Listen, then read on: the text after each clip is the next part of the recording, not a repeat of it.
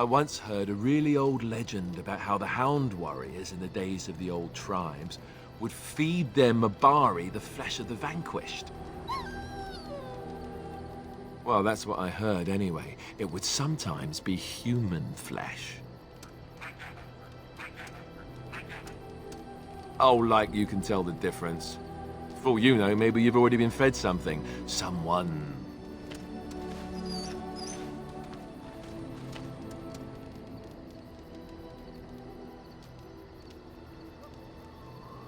It's not cannibalism if he's eating it, you know.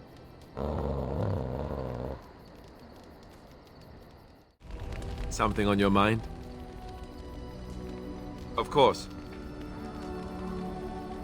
Essentially, they're trained to fight. The Chantry would tell you that the Templars exist simply to defend. But don't let them fool you. They're an army. The other main purpose for a Templar is, of course, to hunt mages.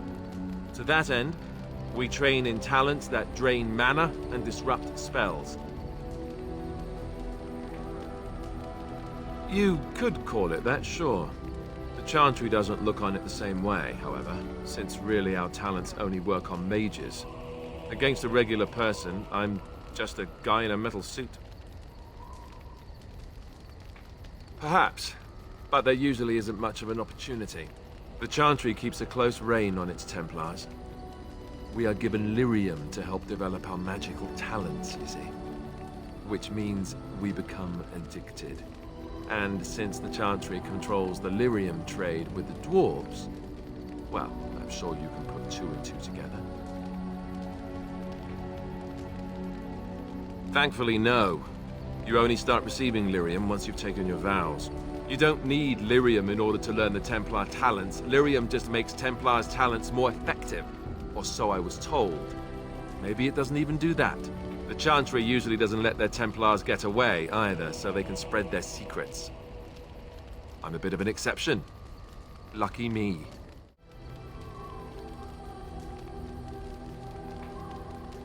Others, yes, but not yourself. I need someone who's trained first as a warrior. It's as much about discipline as anything. I guess if I'm going to give up Chantry secrets, I may as well go all the way.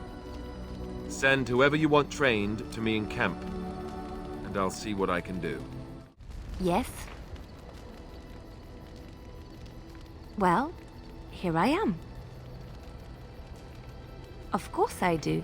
I love stories far too much to keep them to myself. Everyone should be able to benefit from them, I think. Chantry law says it is man's pride that created the Darkspawn. In ages past, the mages of the Tevinder Imperium ruled much of the world we know. In their pride, they thought their magics invincible and imagined that they were greater than the Maker himself. So thinking, they invaded his golden city, planning to take it for themselves and depose their own creator. But they were impure and full of sin. And it is with the sin that they tainted the golden city, corrupting it forever. The Maker cursed them and cast them from his sight. Wherever they went, they spread the taint of their sin.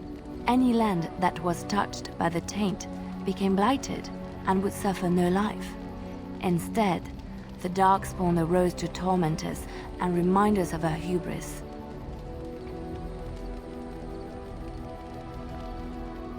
Of course, Orlesians enjoy telling stories. I shall tell you my favorite tale of Aveline, the Knight of Orlais. A long time ago, a girl child was born to a farmer. He had hoped for a son, not a daughter, and so he told his wife to abandon the child in the woods.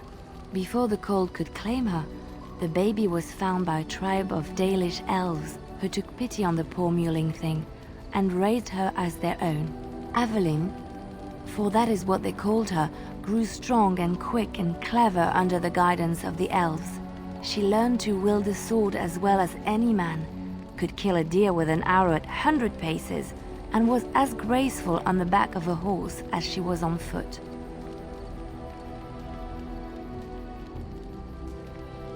Aveline's Dalish guardians saw that she could easily best any Orlesian chevalier in battle, and wanted to show the cruel humans the child they had left to die. They bestowed upon her a fine horse and armor, and sent her to prove herself to her people in the grand tourney. Now in those days, no woman was allowed to take up arms, let alone compete in the grand tourney, but Aveline kept her helmet on and was not discovered.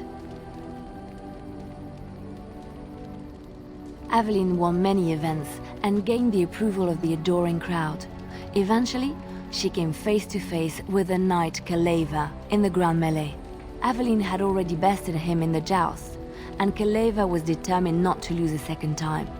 Out of desperation to regain his honor, Kaleva tripped Aveline and tossed her to the ground, ripping off her helmet as he did so. Silence fell upon the arena as Aveline was revealed. Kaleva declared the previous competitions invalid. A woman had taken part, and this was not allowed. But the crowd cheered for Aveline. Kaleva was furious, for he had lost to a woman and was now being shamed. Blinded by his rage, he forced Aveline to her knees. "Know your place, woman," cried he, and slit her throat.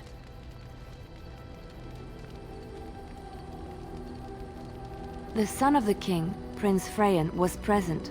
He recognized Aveline's skill and bravery and began to see the injustice done to the women in his land. When he was made king, he rewrote the laws of Orlais so that women could also become chevalier. He honored Aveline and knighted her after her death. And to this day, any female who is knighted reveres Aveline the Brave, for she is the patron of all women chevalier. I know one, told to me by my mother a long time ago. It always chilled me to the bone. Maybe you have heard of Flemeth?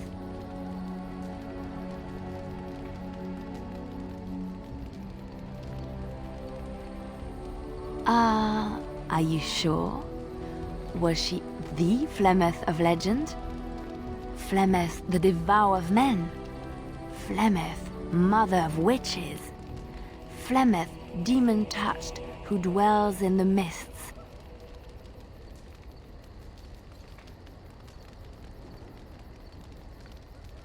Ferelden mothers scare their daughters with talk of Flemeth.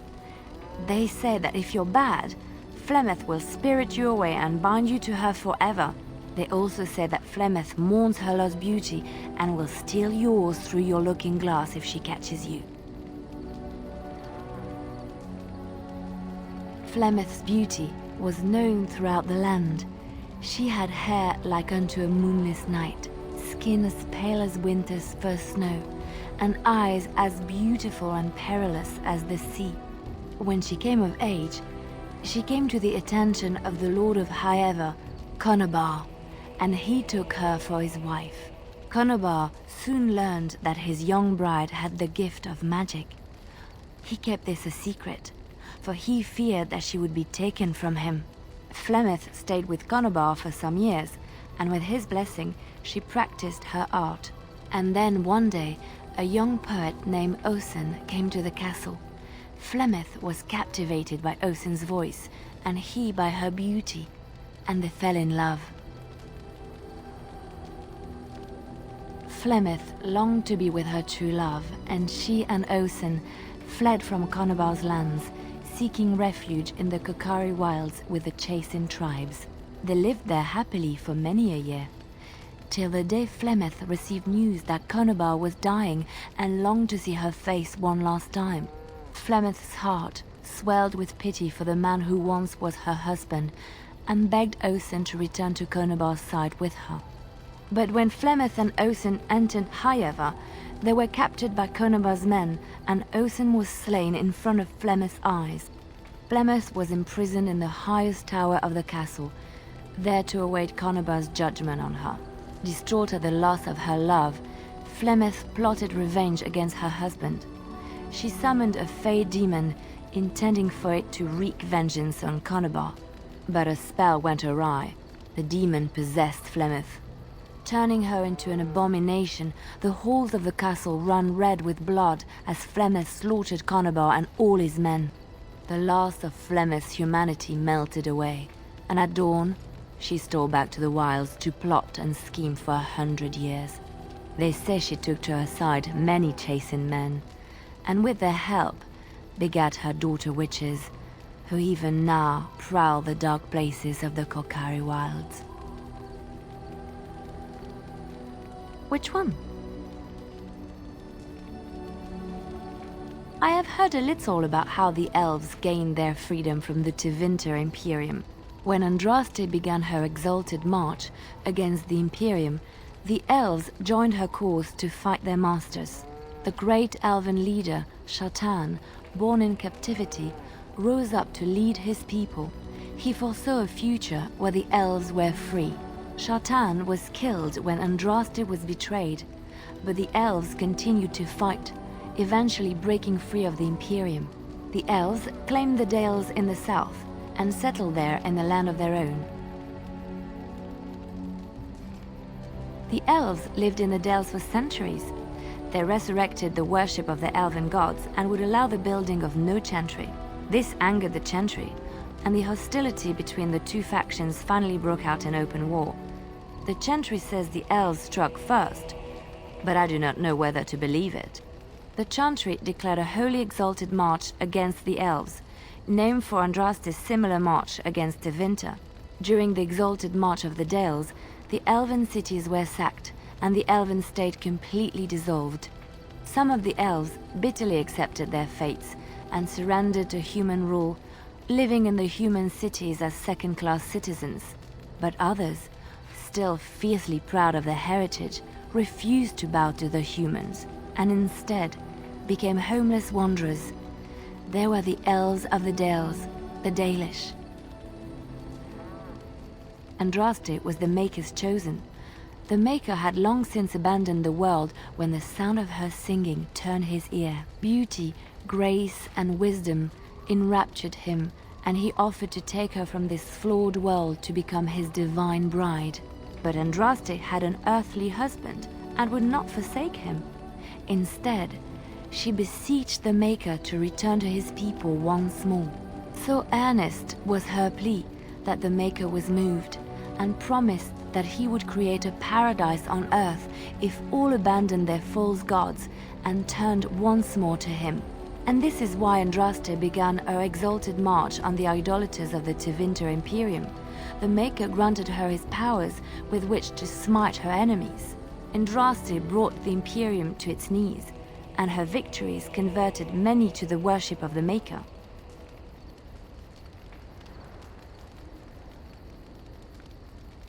Alas, it was the frailties of men that betrayed and killed Andraste.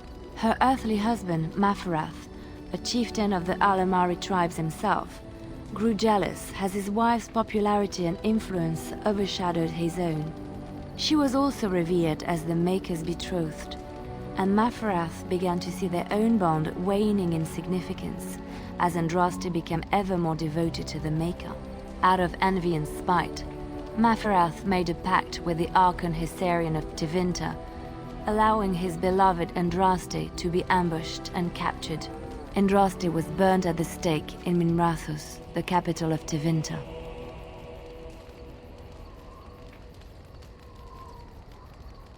The Tevinter Chantry claims that in Andraste's last moments, Hysarian's heart softened, and he heard the voice of the Maker telling him to end her suffering. He plunged his sword into her heart, and as her blood washed over his hands, he became one of the faithful. Dissenters said that the Archon only converted because he could not stem the tide of Andraste's cult, and was forced to do so to stay in power. We will never know for sure. Yes.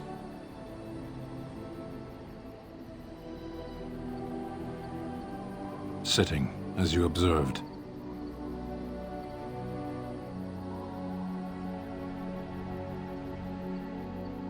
No, it's a choice, not a necessity.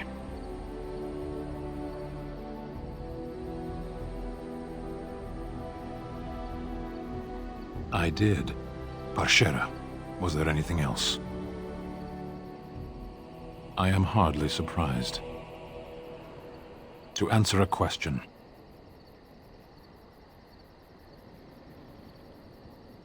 The Arishok asked what is the Blight. By his curiosity, I am now here. The one who commands the Antam, the body of the Kunari. Kunari have no kings. Little patience for endless questions.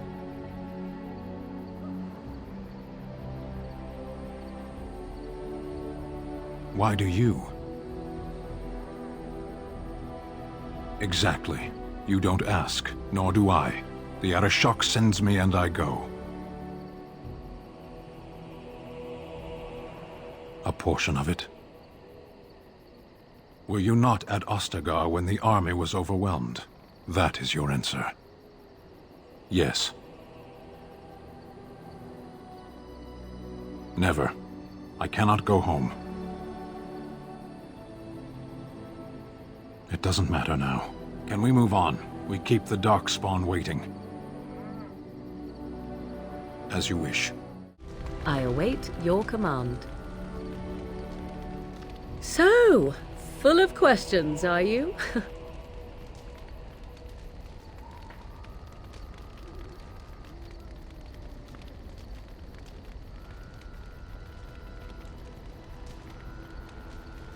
"'Tis the child abomination you speak of from the haunted castle?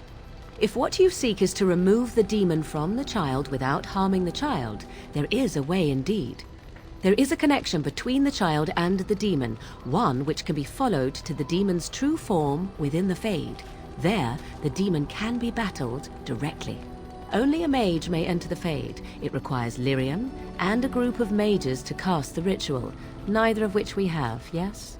And had we those things, it would still fall on one mage alone to defeat the demon. No simple task, but there you have it. By others, do you mean yourself?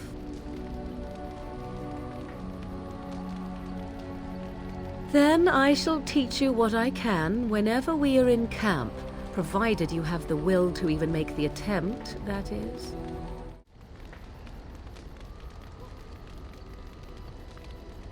I assume you were actually asking whether Flemeth herself gave birth to me. Truly, I do not know. I once asked Flemeth that very question, and she merely laughed at me. 'Tis not inconceivable that she could capture a chastened man, or perhaps change to a more attractive form to attract him willingly. I find it more difficult to imagine her with child.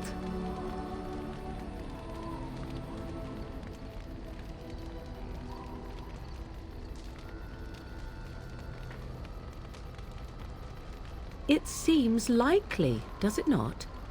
In an animal form, a babe could easily be spirited away and raised as Flemeth's own.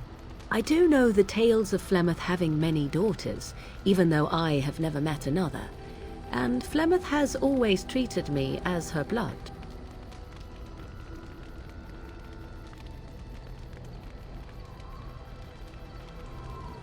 Must one be a doting and simpering moron to be considered a suitable mother? Flemeth taught me everything I needed to learn. How to survive, the meaning of power, the truth of men. If other mothers do not teach these things, then I believe them the lesser.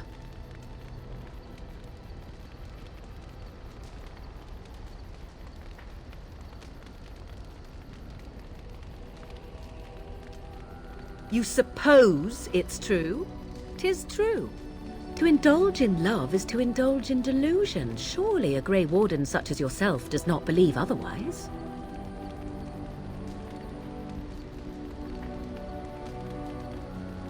An honest answer, if a somewhat vapid one.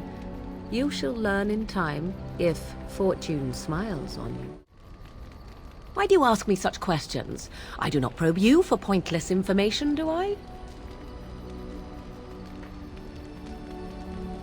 Any number of cats could inform you of the answer to that question, but have it your way. What is it you asked? If I grew up in the wilds? A curious question. Where else would you picture me? For many years it was simply Flemeth and I. The wilds and its creatures were more real to me than Flemeth's tales of the world of man. In time I grew curious. I left the wilds to explore what lay beyond, never for long.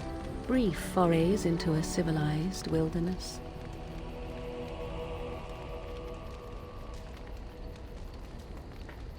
For the most part, Flemeth taught me well. For all that I had been taught, however, the truth of the civilized lands proved to be overwhelming. I was unfamiliar with so much. So confident and bold was I, yet there was much that Flemeth could never have prepared me for.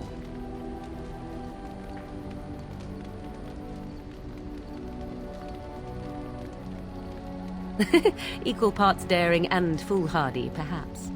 Only once was I accused of being a witch of the wilds, and that by a chastened who happened to be traveling with a merchant caravan. He pointed and gasped and began shouting in his strange language, and most assumed he was casting some curse upon me. I acted the terrified girl, and naturally, he was arrested.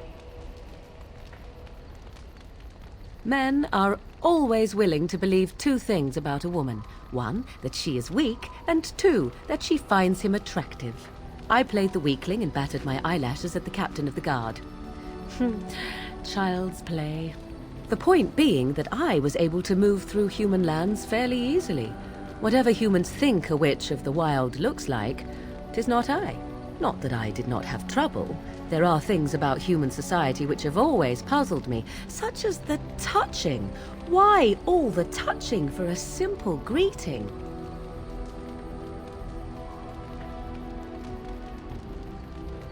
To begin with, yes. What is the point of touching my hand? I find it an offensive intrusion. There were many nuances that Flemeth could never tell me of. When to look into another's eyes. How to eat at a table. How to bargain without offending. None of these things I knew. I still do not understand it all, truth be told, but then I gave up long ago any hope of doing so. When I returned to the wilds last, I swore to Flemeth that I had no intention of leaving again.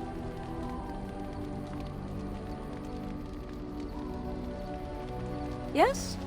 Let's ignore the entire Darkspawn threat and the presence of a simpleton as your only other Grey Warden ally, then. Not that I lack appreciation for the intent of your comment. Thank you. Well, let's get on with it before the ground opens up and swallows us, yes?